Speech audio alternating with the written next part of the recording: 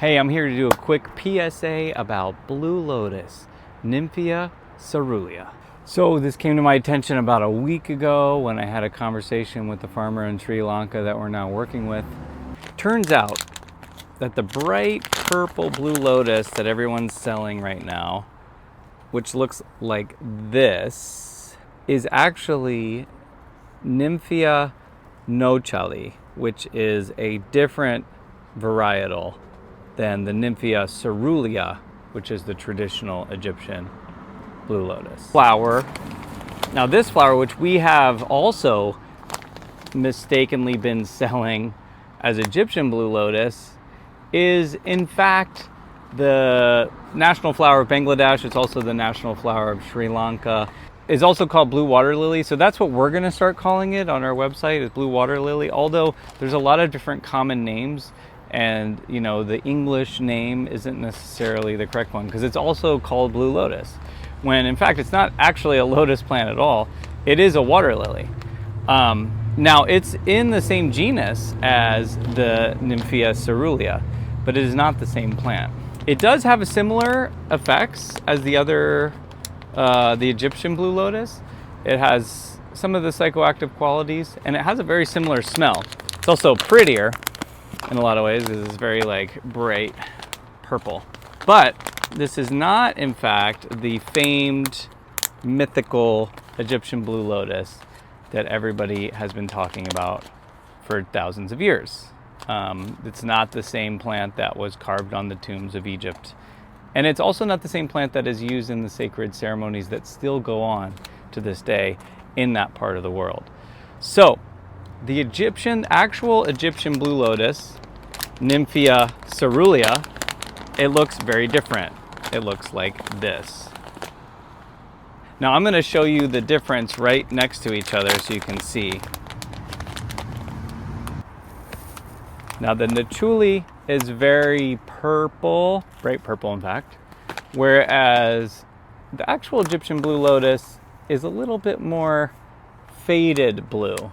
Kind of like, it is still blue, it's a lighter blue, and it's got more of a white. Also, the petals on this one are a little longer and straighter. The petals on this one are maybe a little wider. Pretty similar, but different. And this one also has a very distinct odor of the Blue Lotus, which you may have become familiar with. One key difference also on the farm is that the Nouchali, the bright purple one, is much more prolific. Tends to grow many flowers for each individual plant. Now both plants grow similarly in water. They're both water lilies, so they grow in marshy or ponds and stuff like that. But this one, the Nouchali, is much more prolific, so it'll actually produce 10, 12, many flowers for each plant, whereas the Egyptian Blue Lotus is a little bit more rare, and it only produces a few flowers for each plant, which makes it more difficult to harvest, more difficult to cultivate, and generally just more scarce. As far as their traditional and sacred uses, they both have a similar effect in terms of the psychoactive properties, but the one that's used traditionally is the Caerulea variety, and it is still in fact used traditionally in this part of Sri Lanka where it's grown. There are quite a few number of people there that grow the plants and use them in sacred ceremony every week. The difficulty here is that if you go out on Google right now and you Google Blue Lotus flowers, 95% of them, in fact almost all of them that I have seen, are the Nouchali. Now it's not necessarily the merchants that are trying to lie to us. In fact, it might even be the farmers that are misinformed. We don't really know. And there's nobody really policing that or telling people which one is the right one and the wrong one. We in fact ourselves at Bear Blend have been mistakenly selling the Nouchali as the Egyptian Blue Lotus. We didn't know, because our vendors, the farmers that we had previously purchased from, were telling us that this purple variety is in fact the Caerulea. So the good news is we're now working with this cooperative in Sri Lanka that is being very clear, and they have let us know what the difference is. And now we actually do have, for the first time, available the real, official Nympheae Caerulea plant. We're selling the flower petals, and the stamens are put together with them. You can see that there's the little yellow parts in there are the stamens, and the blue and white parts are the flower petals. It's got a very distinct odor to it. We do not grind this down, so you may want to grind it down a little bit when you use it, or not. I like to keep it as the whole herb because it's just so pretty the way it is.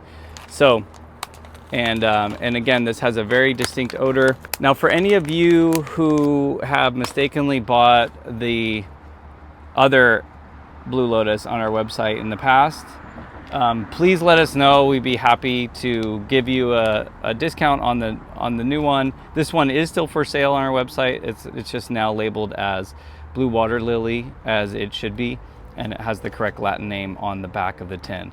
But yeah, please reach out to us, let us know, and we're happy to make it right. Again, we weren't really selling it. We had no idea what the difference was until literally just about a couple weeks ago. And I think most of the people out there don't know the difference.